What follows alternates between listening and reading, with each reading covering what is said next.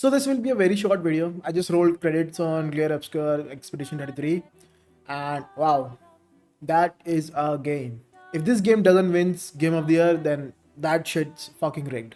But I'm not here to talk about the game. I'm here to talk about the discourse. Is discourse the correct term? That's around the game. Mainly few tweets that I saw and some things on Reddit as well. You know, people have been throwing around the argument that Expedition 33 revived the turn-based genre. Yeah, if that's true, then I'm fucking goofy. They talk about it like it fixed their marriage and changed their whole life. You know what changed my life? I hate myself now. But don't worry, I won't tip my fedora without throwing a counter argument. And yes, the game did introduce turn-based genre to a lot of people. And that's a really, really good thing. We need people to experience more new things. I mean, shit, my friends are not fond of turn-based games and they glazed the fuck out of this game. The last time people really cared about turn-based game was when Baldur's Gate 3 released. And that was what? 2022, 23. And the only reason was that they showed a trailer where you can sleep with a bear. Yeah, that was the main, what you can say, catalyst that made people try Baldur's Gate 3. But don't be alarmed. I'm here with you.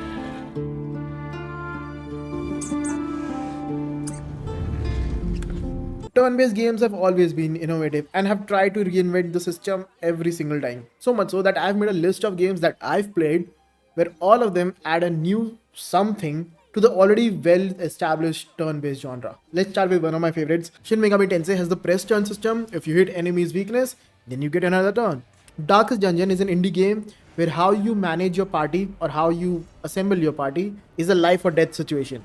Staying in dark stresses your party and can cause afflictions like death, depression, and paranoia. Fear and Hunger has the dismemberment system where each limbs of your enemies gets its own turn. And then there's Like a Dragon series which introduced different jobs for your characters and each job has its own skills. Then you have the games like Fire Emblem Three Houses, Undertale, Black Book, Sea of Stars, Final Fantasy, Trail series, Dragon Quest. Dragon Quest started the whole genre. All of them have added something new. So the argument that turn-based games were revived because of Expedition 33, it just sounds very stupid to me. And I know why people don't play these games. And the answer is right in front of us. Just take a look at all these games and tell me what's the most common thing you see among them. It's the art style.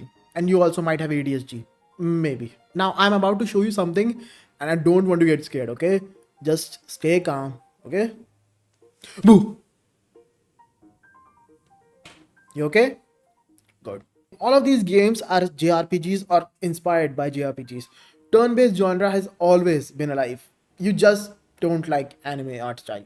I've seen people comment how the anime game looks like it was made for kids just because of its art style, and then the same people say that every game nowadays looks the exact same, and how they don't care how a game looks as long as it's fun. Well, which is a buddy. Another argument I saw floating around is how the usual turn-based combat is slow and that the dodging and parry in Expedition 33 keeps you engaging.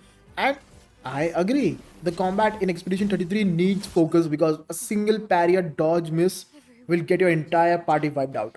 But that doesn't mean the other games are slow. It means you can't focus on things unless you're bombarded with actions constantly. Listen, I know where you're coming from. There was a point where I couldn't play for 30 minutes without having YouTube on the side. Most of the games that I played at that time was meh. Even though they were good, for me they were very average because my whole attention was not there. I had to force myself to use a single screen. And now I enjoy games a lot more. So I think it is an attention problem for me and for you as well. At the end of the day, play whatever you want. But the argument that turn-based games are slow just doesn't hold up. At least give them a chance.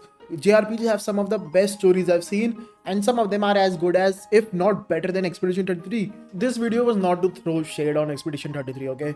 The game is fantastic. The story, setting, plot, setting same thing. Characters, the voice acting, music, combat, everything was solid. And it deserves to be Game of the Year. I mean, I'll go as far as to say that if you skip this game, you're missing out on one of the best games in video game history.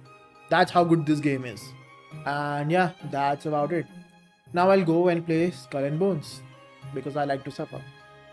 Bye bye.